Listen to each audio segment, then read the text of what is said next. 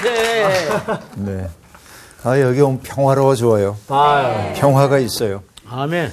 선생님 얼굴에 평화가 있으세요? 그래요? 원피스. 예. 평화의 시작은? 평화의 시작이요? 샬롬. 예수님. 평화의 시작은 밥을 나눠 먹는 데 있습니다. 아멘. 아니, 늘 얘기하잖아요. 골고루하다, 고르게 하다는 평자와 네. 조화로울 화자인데 네. 벼화자 옆에 입구자가 있거든. 조화로울 화자. 네. 밥을 나눠 먹을 때. 한 사람이 밥을 독점하지 않을 때 평화가 있는 거죠. 뭔가 그 성수학당도 이렇게 밥을 먹으면서 공부를 하는 그런 제도가 갔으면 좋겠습니다. 디너쇼도 아니고. 왜 그러세요? 아니, 요새 먹이 프로 많이 나오잖아요. 먹이 프로. 그냥 우리 말씀을 먹죠. 저기 수지 씨 요 밑에 상훈 씨 밑에 도시락 있나 좀 보세요. 있네. 세개 숨겨놨네, 지금. 먹으면서 하고 있네. 어떻게 알았지? 평화를 이룹시다. 하나씩 주세요. 나눠줘. 알았어요. 여러분, 우리가 지금 이 자리에 계신 분들은 직접 전쟁을 겪은 세대는 아닌데 대부분 우리는 어쨌든 1950년의 전쟁 이것이 아직은 휴전 상태이기 때문에 전쟁이 끝난 건 아니죠. 네. 휴전일 뿐이지 종전이 아니잖아요. 네. 그러니까 어떤 시대인지 우리들이 모르겠는데 네. 아무튼 우리는 일상 속에서도 전쟁을 많이 겪으면서 살거든요. 네. 그렇죠. 어떤 전쟁들이 있을까요? 사랑과 전쟁. 사주에 뵐까요? 전쟁 같은 사랑. 그래, 그렇지. 뭐 우리 시대에도 전쟁 얘기가 많이 있었죠. 테러와의 전쟁. 그렇죠. 또 뭐 드라마도 전의 전쟁. 네, 예. 맞아요. 그런 것도 있고. 네네네. 이것들이 우리에게 들려주는 이야기는 전쟁은 없을는지 몰라도 우리의 일상이 전쟁이다. 네. 그런 그 살풍경한 이야기를 우리에게 들려주잖아요. 사실 우리의 삶이 전쟁 분위기와 유사하다라고 하는 것은 칼 야스퍼스라고 하는 철학자도 한 얘기입니다. 우린 보이지 않는 전선에서 살고 있대요. 네. 전쟁이 벌어지는 거기만이 전선이 아니라 우리의 삶의 자리가 곧 전쟁터이기도 하죠. 근데 삶의 자리뿐만 아니죠. 우리의 마음이라는 것도 똑같습니다. 네. 도스토옙스키가 그런 말을 하죠. 인간의 마음이라고 하는 것은 천사와 악마의 투기장이다. 천사와 악마가 전쟁을 벌이고 있는 것이에요. 네. 이 속에. 그래서 누가 이길까요? 천사. 밥을 많이 주는 쪽. 내가 밥을 많이 주는 쪽. 내가 더 관심을 가져준 쪽이 이기도록 돼 있어. 네. 그렇죠. 네. 그러니까 내 속에 악의 가능성이 없다고 얘기하는 건 거짓말. 네. 그죠? 제 아무리 악한 사람 속에도 선의 가능성이 있어요. 네. 그러니까 사람을 사랑한다고 하는 것은 그 사람 속에 있는 악의 가능성이 발현되도록 만들지 않고 네. 그 사람 속에 있는 선의 가능성이 발현되도록 하는 거. 이게 사랑이겠죠. 그게 진짜 평화를 만드는 사람일 거고. 네. 그러니까 내가 어떤 사람 만나고 났더니 내 속에 따뜻하고 아름답고 평안하고 이런 것들이 나오면 그 사람은 존재 그 자체로 평화를 만들고 있어요. 이웃을 사랑하는 거예요. 그렇죠? 네. 그러니까 여러분 삶을 통하여 나의 있음 그 자체가 세상의 평화이기를 간절히 바랍니다. 정말. 그렇죠? 예. 이게 이제 우리들이 지향해야 할 삶인 것 같아요. 네. 그러나 좋은 사람들하고 있으면 이렇게 평화롭지만 네. 세상에는 분명히 악도 있어요. 그렇죠. 그렇죠. 예. 세상에 불화를 만들어내는 네. 사람들도 있습니다. 네. 오늘 이야기는 그 지점에서 시작합니다. 오늘 수업 사사기 6강 온니엘. 여호와께서 가나안의 모든 전쟁들을 알지 못한 이스라엘을 시험하려 하시며 이스라엘 자손의 세대 중에 아직 전쟁을 알지 못하는 자들에게 그것을 가르쳐 알게 하려 하사 남겨두신 이방 민족들은 블레셋의 5 군주들과 모든 가나안 족속과 시돈 족속과 바알 헤므론 산에서부터 하맛 입구까지 레바논 산에 거주하는 히위 족속이라. 남겨두신 이 이방 민족들로 이스라엘을 시험하사 여호와께서 모세를 통하여 그들의 조상들에게 이르신 명령들을 순종하는지 알고자 하셨더라. 그러므로 이스라엘 자손은 가나안 족속과 헷 족속과 아모리 족속과 브리스 족속과 히위 족속과 여부스 족속 가운데에 거주하면서 그들의 딸들을 맞아 아내로 삼으며 자기 딸들을 그들의 아들들에게 주고 또 그들의 신들을 섬겼더라. 이스라엘 자손이 여호와의 목전에 악을 행하여 자기들의 하나님 여호와를 잊어버리고 바알들과 아세라들을 섬긴지라. 여호와께서 이스라엘에게 진노하사 그들을 메소보다미아 왕 구산 리사다임의 손에 파셨으므로 이스라엘 자손이 구산 리사다임을 8년 동안 섬겼더니 이스라엘 자손이 여호와께 부르짖음에 여호와께서 이스라엘 자손을 위하여 한 구원자를 세워 그들을 구원하게 하시니 그는 곧 갈렙의 아우 그나스의 아들 온니엘이라. 여호와의 영이 그에게 임하셨으므로 그가 이스라엘의 사사가 되어 나가서 싸울 때에 여호와께서 메소포다미아 왕 구산 리사다임을 그의 손에 넘겨주심에 온니엘의 손이 구산 리사다임을 이기니라. 그 땅이 평온한 지 40년에 그나스의 아들 온니엘이 죽었더라. 네, 오늘 얘기가 이제 전쟁 얘기가 많이 등장하는 것을 알 수 있는데, 네. 그러니까 여호와께서 가나안의 모든 전쟁들을 알지 못한 이스라엘 사람들을 시험하려 하셨다라고 얘기합니다. 가나안의 모든 전쟁들은 여호수아를 통해 수행됐던 정복 전쟁과 관련된다고 볼 수 있겠죠. 사실 그것을 알지 못했다, 알지 못한 세대 사람들을 지금 얘기하는 거죠. 사실 우리 세대만 하더라도 전쟁을 직접 경험을 안 했잖아요. 우리 세대들은 그렇습니다. 전쟁을 경험한 사람들과 경험하지 않은 사람이 세상을 바라보는 방식은 다를 거예요. 그렇죠? 전쟁은 때때로 이데올로기의 부딪힘이기도 하지만 전장터라고 하는 것은 이데올로기보다는 그냥 막연한 적대감이 이제 작용할 때가 많이 있습니다. 전쟁은 모든 것을 혼돈으로 몰아가죠. 그러니까 누가 옳고 그름의 문제가 아니라 우리 편이 피 흘리고 죽어가는 거 견딜 수가 없는 거죠. 그러니까 막연한 적대감 이런 것들이 사람들을 사로잡을 수 있죠.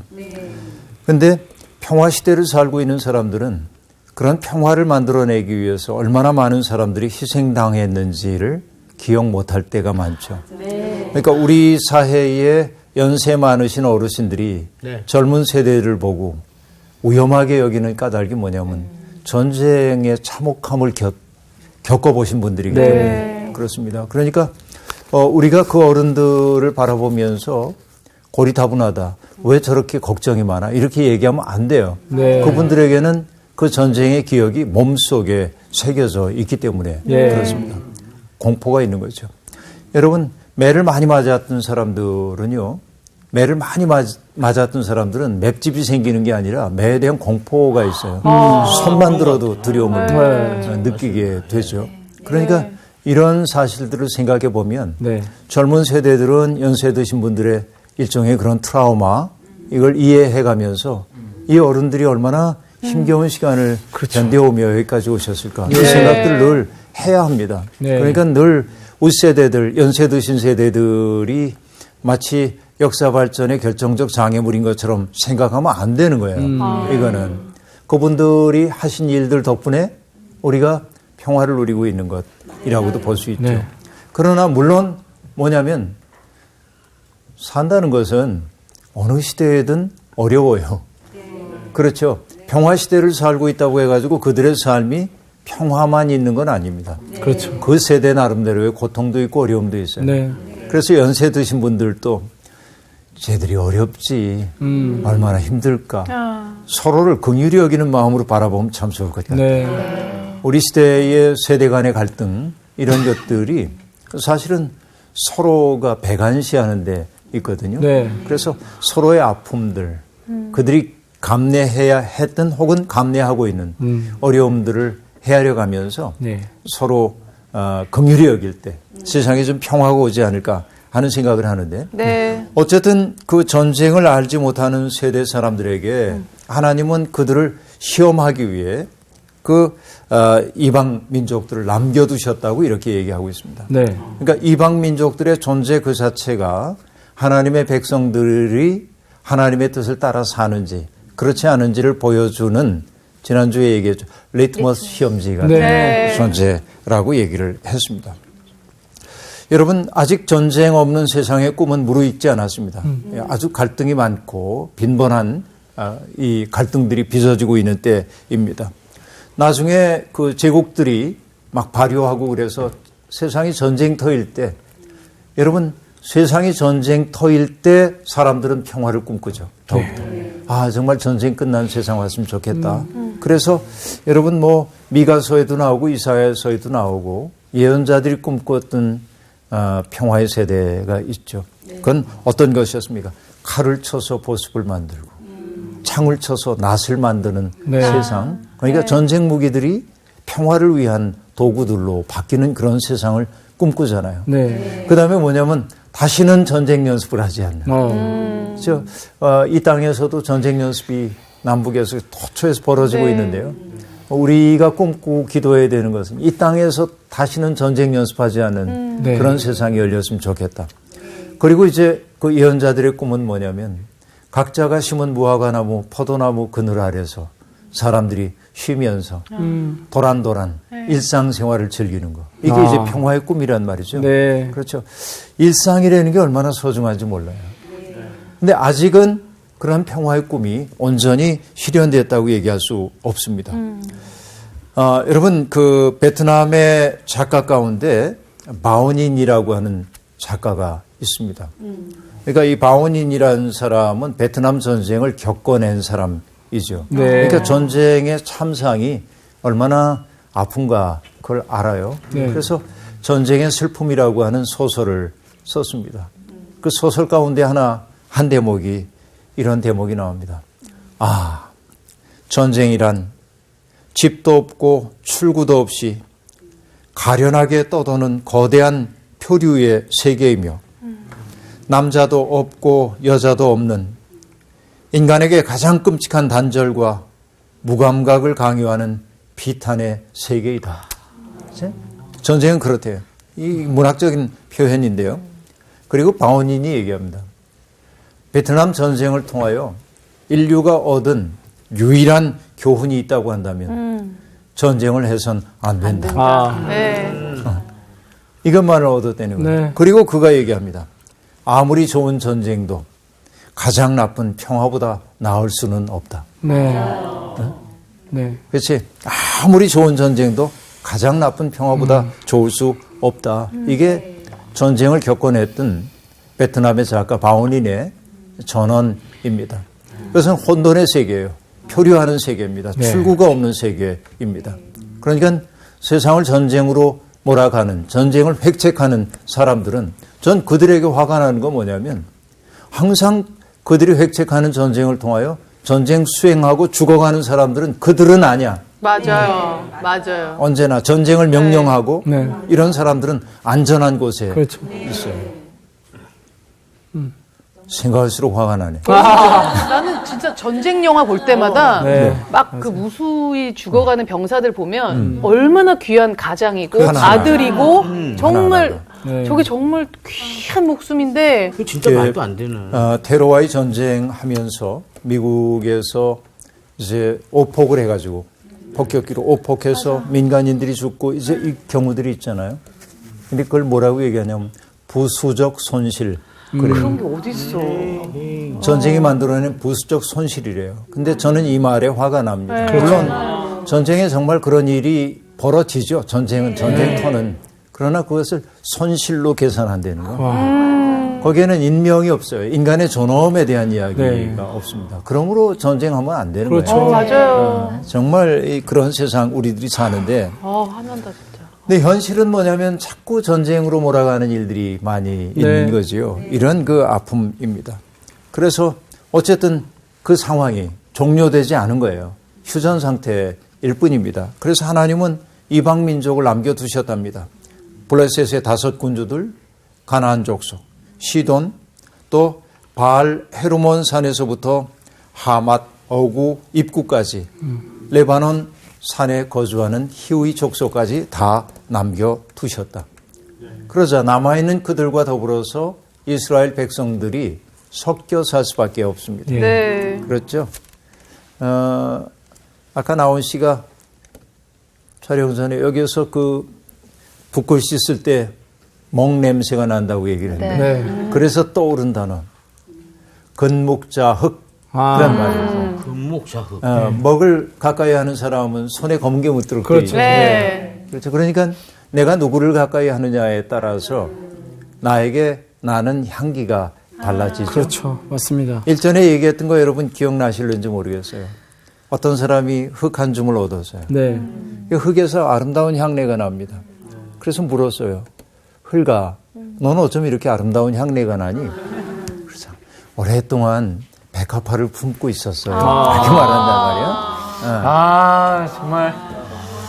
뭘 품겠구나. 그러니까 내가 무엇을 품고 있느냐가 그렇죠. 예. 나에게서 나는 향을 네. 결정을 해주잖아요. 맞습니다. 그러니까 내가 함께 살고 있는 사람들이 내 네. 삶에 영향을 미치도록 되어 있어요. 네, 맞습니다. 예. 그래서 내가 좋은 영향을 누군가에게 끼치기도 해야 되지만 네. 그리고 좋은 영향도 받아야 하죠. 그래서 이웃사랑한다고 하는 것은 프로그램으로 뭔가를 하는 게 아니라 나의 옆에 있는 사람이 나 때문에 좋은 쪽으로 물드는 거. 물들어. 조금씩 물들어야 돼. 네. 그렇죠? 습자지 같은 데 물이 쓱 번지는 것처럼 네. 우리가 네. 서로에게 스며들거든. 네. 존재로서 스며든단 말이지. 그러니까 나쁜 거 스며들게 만들면 안 되지. 그렇죠. 예, 이웃사랑은 그런 거야. 나 때문에 누군가가 나쁜 쪽으로 스며들지 않도록 하는 거. 네. 그런데 하나님이 보시기에 이 원주민들과 섞여 살면서 그들은 섞여 살기 위해서 때때로 원주민들과 결혼 관계를 유지하기도 하고 그리고 그러다 보니 그들의 습성을 배우기도 하고 이것이 결국 뭐가 되냐면 그들의 종교를 받아들이기도 하고 혼합 종교로 가고 예. 되는 것이죠. 그래서 혼합 종교라고 하는 것은 야훼 하나님도 믿으면서 바알도 섬기는 네. 그런 태도입니다. 이 종교 혼합주의 같은 것들이죠. 편리한 대로 믿는 거. 그렇죠? 내가 다급해지면은 야훼 하나님께 하나님 어찌 내 사정을 보지 않으십니까? 네. 그러다가 상황이 좀 나아지면 바알에게 가서 복을 달라고 하고 뭐 이런 그 혼합주의가 나타나 있는 것이죠. 이 일이 이제 반복되고 있는 거예요. 네. 그래서 여러분 이제 그 7절 보겠습니다. 이스라엘 자손이 여호와의 목전에 악을 행하여 자기들이 하나님 여호와를 잊어버리고 바알들과 아세라들을 섬긴지라. 여러분 지난주에 얘기했던 거하고 똑같은 상황이 반복되고 있죠. 네. 이게 삶의 반복이야. 어떻게 보면. 네. 바보스럽지만. 근데 왜 반복을 하냐면 무한 순환을 하고 있는데 여러분 이게 역사를 얘기할 때 어떤 분들이 이렇게 얘기합니다. 뱀이 자기 꼬리를 물고 있는 것처럼 역사를 설명하게 돼. 이게 뭐냐면 순환론적 역사관입니다. 예. 돌고 도는 거야, 이렇게. 돌고 돌아요. 그래서 우리가 사사기 시작할 때 얘기했듯이 백성들이 어려움을 겪고 이제 그 방만한 죄악된 삶을 살게 될 때 네. 하나님이 벌을 내리시죠. 그러면 너무 어려워져요. 외적들의 침입 때문에. 네. 그래서 못 살겠어요 하고 부르짖으면 하나님이 뭘 하죠? 개입하셔요. 네. 사사들을 보내주셔서 그들을 구원하십니다. 네. 그러면 평화가 와요, 당분간. 네. 네. 근데 평화의 시기가 몇 년 지속되고 나면 또 어떻게 되죠? 얼른 옛날 삶으로 돌아가요. 네. 이게 뭐냐면 순환하는 거야, 이렇게. 뱀이 자기 꼬리를 문 것처럼 보인다. 네. 그 얘기죠. 이게 순환론적 역사관이기도 합니다. 네. 근데 이게 어떻게 돼야 되냐면 이걸 끊어야 돼. 네. 물지 않게. 그렇게 해서 이걸 펴야 돼. 이것을 뭐라고 하냐면 직선론적 역사관. 그렇게 네. 얘기하는데 직선이 되는 건데 사실 역사는 이게 직선으로 발전은 안 합니다. 네. 그 뭐라 그러죠? 이걸 나선.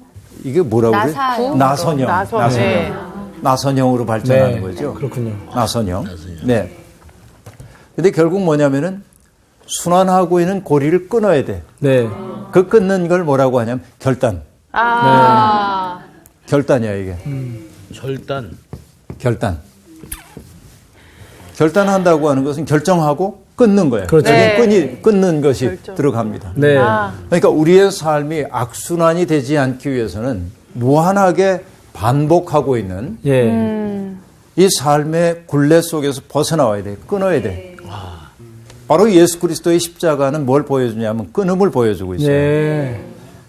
십자가에 달리신 예수님이 당신을 보고 조롱하고 있는 사람들을 바라보면서 저 못된 놈들, 안 그러죠? 뭐라고 얘기합니까? 아버지 저들의 죄를 용서해 주십시오. 자기들이 하는 일을 알지 못함입니다. 그렇죠? 미움과 혐오의 고리를 끊었어요. 네. 그렇죠? 그러면서 뭘 한 겁니까? 미움 대신 사랑을 주었어요. 그러자 뭐냐면 순환하던 것이 끊어지고 네. 아름다운 세계가 그 앞에 열리게 되죠. 네. 이런 경우입니다. 그러니까 정말 인간의 어리석음은 뭐냐면 반복한다는 거예요. 옛 생활을 잊어버리고 거듭거듭 반복하는 겁니다. 그 모든 반복의 이유를 7절은 한마디로 얘기했어요. 여호와를 잊어버리고 그렇죠? 망각입니다. 망각. 그렇죠? 이거 반복하는 까닭이 망각이에요. 그렇죠. 잊어버려. 네. 자꾸만. 이게 인간이에요. 근데 악을 행하다. 7절에 보면 중요한 얘기가 뭐냐면 악을 행하다 하는 말이 나오죠. 네. 여호와를 잊어버렸다 하는 얘기가 나오고 우상을 섬기다. 네. 이 셋이 세 가지 이야기로 등장하고 있지만 한 문장 속에 열거되고 있지만 이 셋은 셋은 동시에 하나입니다. 그렇죠. 하나님에 대한 망각 이것이 우리로 하여금 악한 일을 하게 만들고 예. 악한 일을 한 그것이 우리로 하여금 우상 숭배하고 거꾸로도 얘기할 수 있어요. 대목임의 관계로 우상을 섬기자 악한 일을 하고 네. 악한 일을 하자 하나님이 가리워지고 네. 이건 돌고 돌아요. 이건 한 통속이라고 얘기할 수 있습니다. 여러분 우리가 하나님에 대해서 망각할 때가 얼마나 많은지 몰라요. 절박한 상황 속에서는 하나님 도와주세요 하다가 그 상황이 지나고 나면 언제 그랬느냐 싶게 네. 하나님 망각해버리고 말죠. 그렇죠. 맞아요. 그래서 중요한 것은 뭐냐. 하나님을 망각하지 않기 위해서 우리의 삶을 하나님께 들어올리는 시간들이 필요합니다. 네. 그래서 여러분 우리 개신교 전통 속엔 그런 게 많이 없지만 옛날에 다른 종교 전통 속에서는 하루에 몇 번씩 자기의 마음을 하나님께 들어올리는 시간들을 가져요. 멈추어 서서 기도하고 말씀을 묵상하고 하는 시간들을 갖는 거죠. 네. 여러분 나는 이게 다른 종교이긴 하지만 배워야 될 게 있다고 보는데 이슬람 신자들은 하루에 5번씩 네. 그렇죠. 메카 방향을 향해서 그렇죠. 절합니다. 네. 근데 그게 뭐 잘했다 못했다 하는 얘기가 아니고 그들은 일상을 끊는 거야. 분주하잖아요, 우리가. 네. 그런데 딱 때를 정해놓고 끊고 그 일을 하는 거예요. 여러분 신앙이라고 하는 건 그렇게 예. 끊는 거. 그렇죠. 끊어낼 수 있는 것들이 필요해요. 그래서 일상의 흐름 속에 분주하고 가다 보면 네. 분주하면 망각하도록 되어 있거든요. 그래서 때때로 제 아무리 분주해도 딱 정해진 시간에 네. 뭔가를 하는 일들 이런 것들이 필요하죠. 우리의 마음을 하나님께 들어올리는 일들이 필요해요. 자, 그 다음에 여러분 하나님에 대해서 망각하면 악을 행한다고 얘기를 했는데 네. 악이라고 하는 건 결국 뭐냐면 사람 때문에 과제를 포기하는 것이라고 볼 수 있어요. 이게 악이에요. 자, 그동안 공부를 오랫동안 해왔습니다만 악이라고 하는 한자어는 무덤을 그린 모양이라는 얘기도 했어요. 네. 상대방에게 무덤을 안겨주고 싶어하는 마음이 악이에요. 이게 불행을 그에게 주고 싶어하는 마음이죠. 그런데 인간에 대한 이야기를 했는데 인간의 과제가 뭐냐 그거야. 인간에게 주어져 있는 인간의 과제. 과제. 어렵죠? 네. 네. 한마디로 얘기할 수 있어요. 자기를 초월하는 데 있어요. 그것도 어렵다. 초월. 그게 제일 어려운 거 아닌가요? 어떻게 하냐고 물어보는데요. 자기 초월. 그래서 과제인가 보다. 과제는 다 어렵잖아요. 이게 과제예요. 예. 그 얘기는 뭐냐면 인간은 자기를 초월한다는 건 네. 자기라고 하는 건 항상 나를 세상의 중심에 놓고 싶어 하는 거예요. 네. 이게 자기 중심성이죠. 네. 자기가 중심이 되고 싶어 하는 거예요. 네. 언제나. 그러니까 남의 배고픈 사정 안 보고 내 배만 채워지면 되는 거죠. 남이 불행에 울고 있는데 내가 행복하면 하하하 웃고 싶어 하는 거죠. 이게 인간이에요. 이게 자아에 사로잡혀 있는 인간의 모습입니다.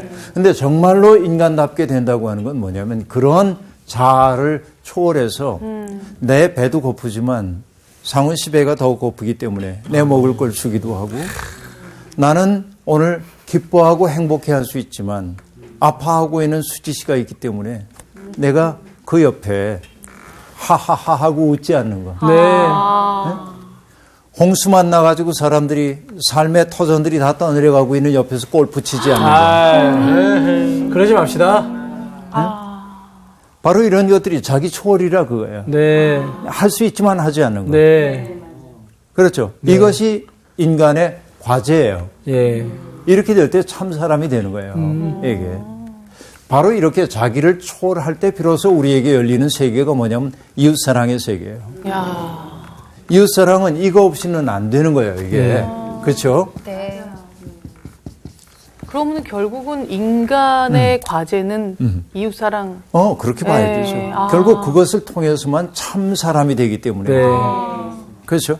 그러니까 여러분 이게 굉장히 중요한 대목이라고 볼 수 있습니다. 네, 인간의 과제는 자기를 초월하는 데이다. 초월이란 말이 어렵다고 한다면 자기를 뛰어넘는 것. 네. 그렇죠? 아, 나 싫어, 귀찮아. 그러다가도 사랑 때문에 그래, 귀찮은 마음 극복하고 그를 위해 뭔가를 해주는 이런 것들. 이게 이제 정말 내 삶을 누군가에게 선물로 주는 삶이라고 얘기할 수 있겠는데 네. 그래서 여러분 시편 116편에 보면 제가 좋아하는 구절이 나오는데요. 12절인데 내게 주신 모든 은혜를 내가 여호와께 무엇으로 보답할까? 그렇죠. 우리 인생에서 이 질문 하나님의 은혜를 우리가 많이 받고 살았는데 네. 난 더 받아야 돼. 왜 내게 안 주시는 거야? 이 마음으로 사는 사람과 네. 값없이 내게 베풀어준 그 은총을 내가 어떻게 보답하며 살까? 이 질문을 품고 사는 사람의 생은 달라. 그렇죠. 그래서 어떤 분은 얘기합니다. 인생을 채무자 의식 가지고 사는 사람도 있고 네. 채권자 의식 가지고 사는 사람도 있고 늘 받을 게 있어. 요구하고. 그런데 갚아야 하고. 이 마음으로 사는 거죠. 근데 믿음의 사람들은 뭐냐? 여호와께서 내게 베풀어 준 은혜에 내가 무엇으로 보답할꼬?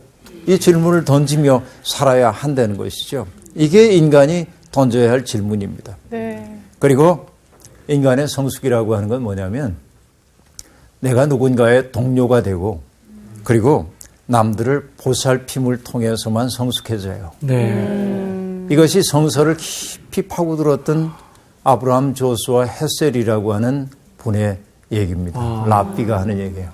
인간이 누군가의 동료가 되고 남들을 보살핌을 통해 나아가 되는 거예요. 여러분 이게 인간 때문에 길인 거예요. 그래서 오늘 나는 누구의 동료가 되려고 하는가? 항상 힘 있는 사람, 내게 도움될 사람들의 동료가 되기보단 그렇지 못한 사람의 동료가 되려고 할 때 몸은 좀 과단할는지 몰라도 나는 하나님의 세계를 향해 열려 깊어지는 거예요. 네. 여러분 성경은 일관되게 그 얘기를 우리에게 들려주고 있습니다.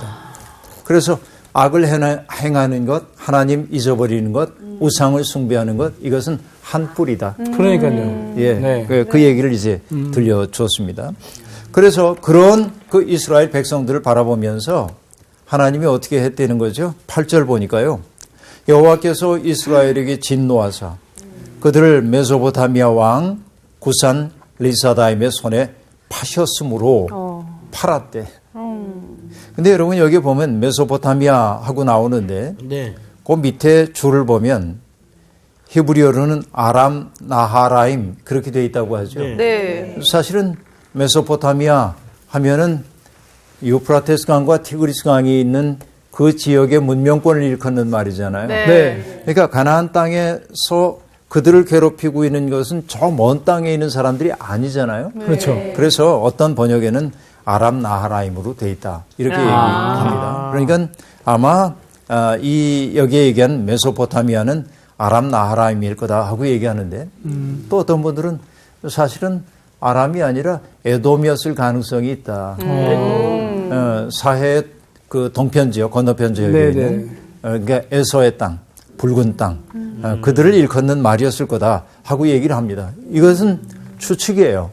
그래서 여러 가능성이 있을 뿐입니다. 네. 근데 거기에 왕 이름이 등장하고 있는데 네. 왕 이름이 뭐였죠?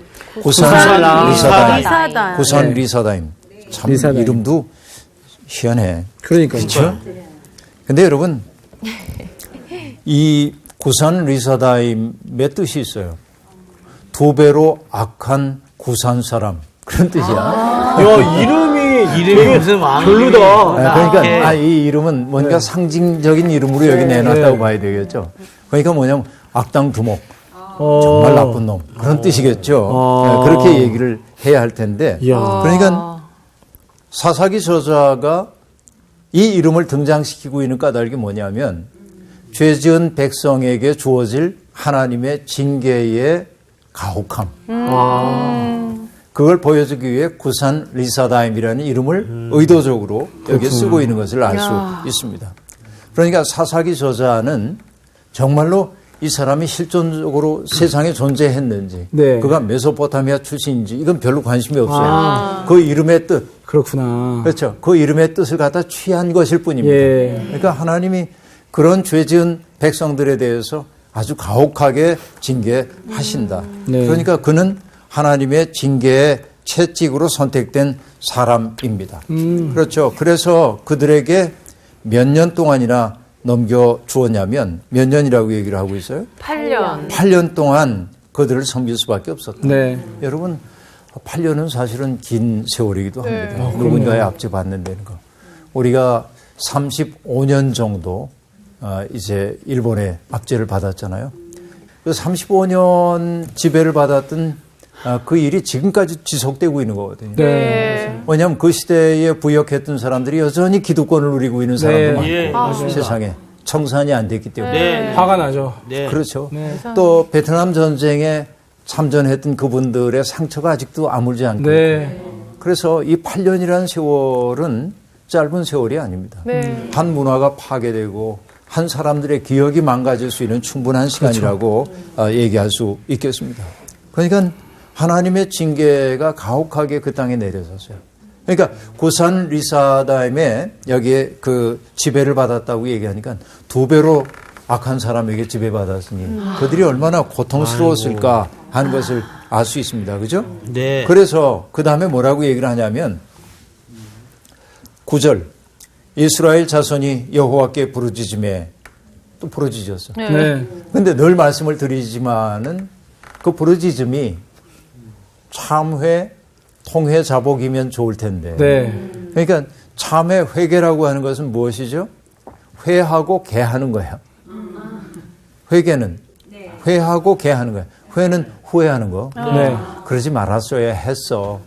개는 뭐지? 고치는 거죠. 네. 그러니까 마음속에 후회만 하면 안 돼. 내 삶을 바꿔야 돼. 네. 그래서 삶의 방향이 바뀌어야 되는 겁니다. 그런데 여기에는 그런 참회의 몸짓이 보이지 않습니다. 그렇죠. 다만 죽겠어요 하고 외치는 것이에요. 부르짖었어요.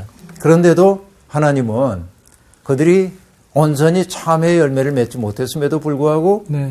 불쌍히 여기는 거예요. 왜냐하면 우리도 그렇잖아요. 자녀들이 잘못하면 징계하죠. 야단칩니다. 네. 요즘은 뭐 야단치는 부모님이 별로 없긴 하지만 옛날에 우리는 밥 먹다 반찬 투정하면은 밥그릇도 뺏기죠. 옛날에 못 먹겠어요, 옛날에는.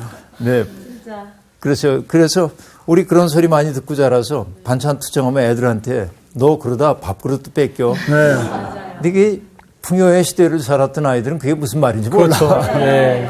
그렇다고 볼 수 있죠. 그런데 여기 어쨌든 하나님이 그 백성을 치시지만 치셨기 때문에 버린 건 아니거든요. 네. 그러니까 마음 아파요. 부르짖는 자식 보면. 에이, 하나님 그렇게 마음 약하셔서 어떡하겠어요. 그렇죠? 예. 부르짖자 하나님께서 이제 구원해 주시는 거예요. 그들을. 그래서 누구를 세웠다는 거냐면 갈렙의 아우 그나스의 아들 온니엘을 세웠다. 우리가 1장부터 등장했던 인물입니다. 네. 온니엘이 이제 대사사 가운데 하나라고 볼 수 있는데요. 네. 그를 이제 세우셨어요. 네. 그래서 그 하나님의 영이 그에게 임했다. 10절에 보니까 네. 하고 네. 얘기합니다.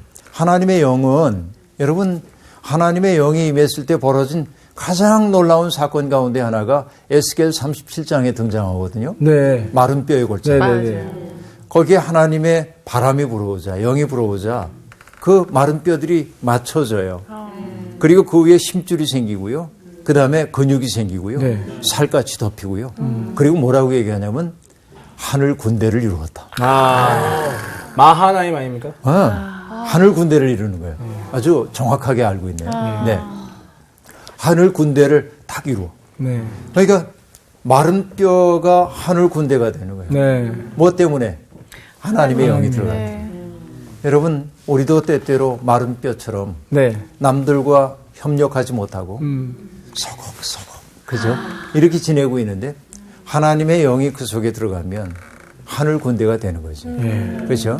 네. 그러니까 여기 하나님의 영이 온니엘에게 들어갑니다. 네. 그때 온니엘에게 들어간 그 영은 사사들에게 들어간 영은 대개 뭐냐면 분노하는 영, 성질 부렸다는 얘기가 아니고 네. 하나님의 마음 아픔을 자기의 마음 아픔으로 느끼는 거예요. 응? 야. 그래서 하나님의 정념, 하나님의 파토스, 하나님의 마음이죠. 하나님의 이 정념, 하나님의 마음과 하나님의 생각과 일치를 이루는 거예요. 네. 하나님의 영에 사로잡혔다고 하는 것은 바로 그런 이야기입니다. 그러니까 우리가 성령에 충만하다고 얘기할 때 그건 어떤 증상만을 얘기하는 게 아니고 하나님의 마음이 알아지는 거야. 성령에 충만할 때는. 하나님의 생각이 어떤 것인지가 알아지기 시작해요. 예. 그럼 성령에 충만한 사람은 이웃사랑으로 안 갈 수가 없어요. 그렇죠. 그러니까 여러분 성령 충만하다고 말하면서 네. 자기 애에 온통 사로잡혀 있는 사람은 네. 그 성령 받은 거 아니에요.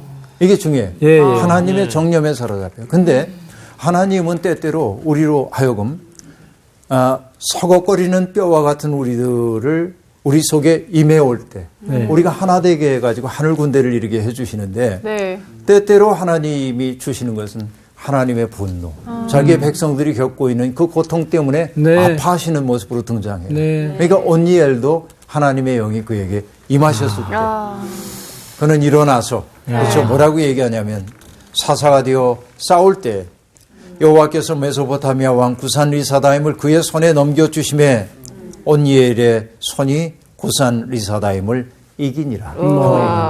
그렇죠. 두 배로 나쁜 사람을 이겼어. 네. 하나님의 영에 충만해지자. 그죠? 그리고 11절에 얘기합니다. 그 땅이 평온한 지 40년. 자, 긴 평화의 시기가 왔습니다. 네. 그리고 그나스의 아들 온니엘이 죽었더라 하고 얘기합니다. 자, 온니엘이 죽은 건 자연적 사실이죠. 그럴 수밖에 없죠. 그러나 왠지 불안해집니다. 평화가 계속되고 나니까 또 다른 불안함이 우리에게 찾아오고 있음을 알 수 있습니다. 그렇죠? 어쨌든 여러분 오늘 우리들이 살펴봤지만 우리의 인생이라고 하는 거 사는 삶의 자리가 보이지 않는 전쟁터입니다. 어떤 사람들은 얘기하겠죠. 하나님과 사탄이 싸우고 있다고. 근데 여러분 중요한 것은 뭐냐면 내가 어느 편에 서서 싸우느냐 하는 것이죠. 네. 내가 어느 편에 속하여 싸우느냐에 따라서 내가 드는 무기도 다릅니다. 사탄에 그렇죠. 앞장서서 싸우는 사람들의 무기는 미움과 증오와 경쟁심 이런 것들일 거고 하나님 편에 서는 사람들은 사랑과 나눔과 돌봄과 그렇죠? 섬김 이런 도구들일 겁니다. 어느 쪽에서 싸울 겁니까? 자, 생각해 보시면 좋겠어요. 오늘 수업 마칠게요. 감사합니다. 어느 쪽에서 싸우실 어느 거예요? 쪽에 쓸 거예요? 밥을 많이 주는 쪽. 사랑과 돌봄. 네. 맞아. 섬김. 네. 네. 나는 그 아까 뱀의 꼬리를 물었던 그 그림이 계속 생각이 아, 나는 거예요. 진짜? 네. 이 지금 사사기에서 보이는 이스라엘의 이 행동이 네. 꽤나 우리가 아, 그렇죠. 그래서 또 이렇게 예. 무너졌다가 또 다시 뭐 해갖고 다시 일어났다가 무너졌다가 항상 해서의 후회하잖아요. 결단이 있어야지만 우리도 이렇게 직선적인 삶이 될 수 있겠구나, 역사를 이룰 수 있겠구나. 결단했습니다, 저는. 네, 과제를 자기가 받았습니다. 네. 지나온 뒷길을 보는 거죠. 어떻게 살았는가. 네. 우리 사랑하러 가요. 이웃 네. 사랑하러. 갑시다! 저기요. 이번 주 퀴즈입니다. 하나님께서 먹어도 된다고 하신 것은 무엇일까요? 1번 굽이 갈라져 있고 새김질도 하는 짐승, 2번 지느러미와 비늘이 없는 물고기, 3번 날기도 하고 기어다니기도 하는 조류. 정답을 아시는 분은 CBS 성사학당 홈페이지에 정답을 올려주시거나 우편으로 보내주시면 됩니다.